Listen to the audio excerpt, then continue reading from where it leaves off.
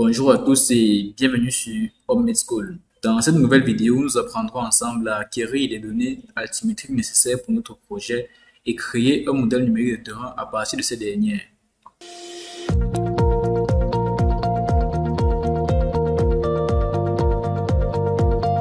Pour cela, nous allons nous rendre dans le logiciel Global Mapper et nous allons ouvrir notre fichier zone d'études enregistré dans la précédente vidéo et le balancer ainsi dans notre fenêtre courante. Dans cette fenêtre, nous allons choisir de définir un système de projection. Ici, il s'agit de UTM zone 32 Nord.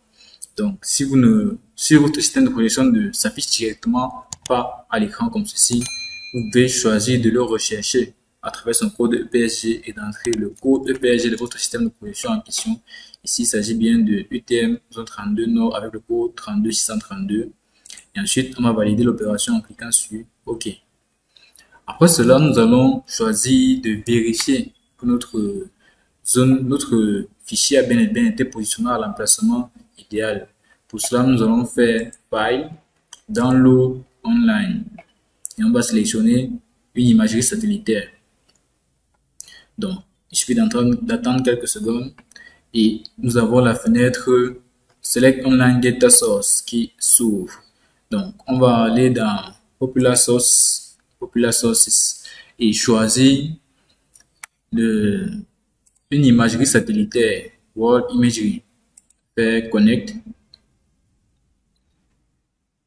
Et nous n'avons qu'à patienter jusqu'au moment de l'affichage de notre zone d'étude dans notre projet. Donc, comme ceci, nous avons notre fichier qui a bel et bien été placé à l'endroit idéal. Donc, nous pouvons ici passer à l'acquisition des données altimétriques proprement dit. Ces données altimétriques, nous allons nous rendre dans le même menu. Select Online Data Source. Ensuite, Terrain Data. Et nous allons choisir un fichier, un style de données pour les données altimétriques. Nous avons plusieurs sources de données avec différentes résolutions. Ici, nous allons choisir Aster GDM V3 Worldwide et faire Connect tout simplement. Et nous avons ici la grille d'élévation de notre point, de notre fichier qui est affiché à l'écran. Donc, à ce niveau, nous allons choisir de générer des courbes de niveau. Donc, on va cliquer sur Contour Line et choisir simplement un intervalle suivant lequel nos courbes de niveau seront générées. Par exemple, tous les 4 mètres, on va faire OK. Nous avons nos courbes de niveau qui sont bel et bien générées avec les annotations. Ces courbes de niveau-là, on va ensuite faire une grille d'élévation à partir d'elles. Donc, on va sélectionner grille d'élévation, prendre ici uniquement Generated Contours et faire OK. Donc, on va valider à ce niveau. Nous avons une grille d'élévation qui a été générée à partir de nos courbes de niveau uniquement. La prochaine opération que nous allons effectuer, c'est l'exportation de nos courbes de niveau et notre grille qui est le modèle numérique de terrain ici. Ce modèle numérique de terrain, nous ne pouvons pas directement l'exporter en tant que MNT pour l'ouvrir sur Covadis, mais nous pouvons l'exporter en tant que nuage de points, fichier de points tout simplement, afin de pouvoir le recalculer sur Covadis. Donc, on va sélectionner notre grid 1, faire un clic droit et choisir Layer, la dernière ligne. On va choisir ici Export Layer to New File. On va sélectionner ici uniquement notre Elevation Grid 1, faire OK et choisir le format TXF.file. Puis OK.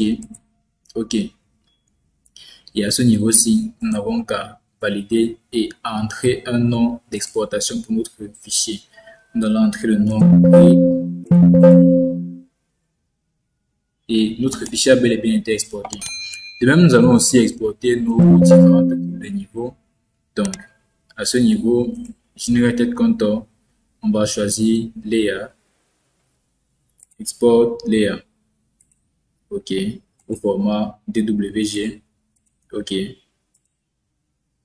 Nous n'avons qu'à choisir un emplacement dans lequel nous allons enregistrer notre fichier. Donc, nous allons entrer un nom, contour line.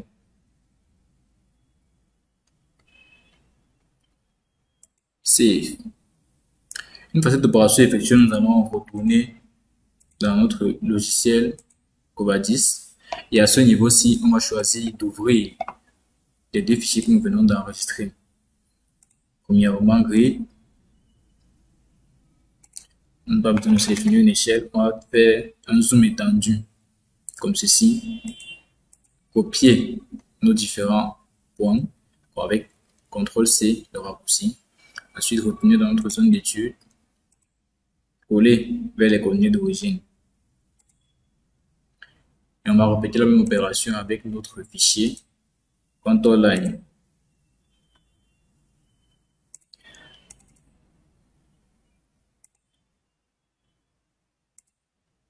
Zoom étendu.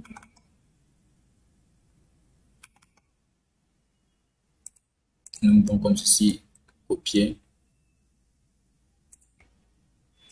Clic droit. Coller vers les coordonnées d'origine. OK. Avec les différentes informations altimétriques que comportent les outils, que comportent les objets que nous venons de coller dans notre fenêtre, nous pouvons calculer un modèle numérique de terrain avec Covadis 3D, MNT objet créé avec un assistant. Dans cette fenêtre-ci, nous allons choisir suivant. Nous allons sélectionner les différentes entités que nous souhaitons traiter en tant qu'objet ponctuel. À ce niveau-ci, on va choisir uniquement 3D Point. 3D Point à ce niveau. Et sélectionner les points AutoCAD qui ont des altitudes dans la fenêtre entité à traiter. Suivant. Ici, on va sélectionner et conserver le point d'altitude le plus haut en cas de point double. Terminé. Les différentes lignes de rupture que nous pouvons utiliser en tant qu'objet linéaire. Ici, on va choisir de sélectionner les différentes entités linéaires qui ont des altitudes. Donc, contour line, intermediate, major and minor. Suivant.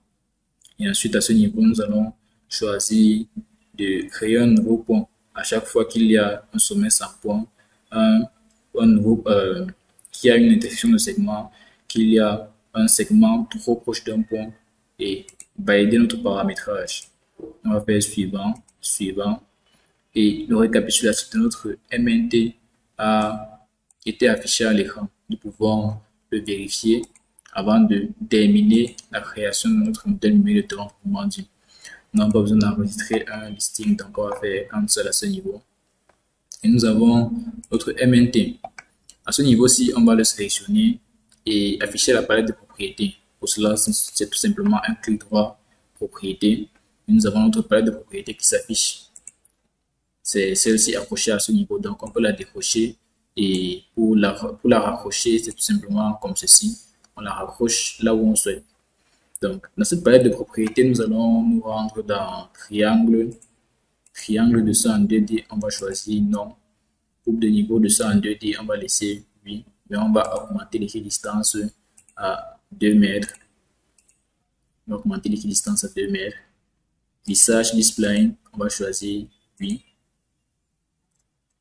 Et comme ceci, nous avons nos coupes de niveau qui sont bel et bien dessinées. On va ici choisir de désactiver plusieurs calques comme celui-ci et nos points. Donc, on va rester uniquement avec nos coupes de niveau.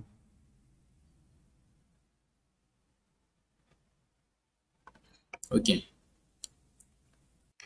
Ainsi s'achève cette vidéo et avec elle la phase d'acquisition de données.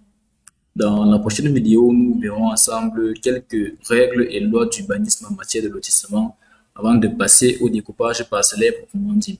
À très vite.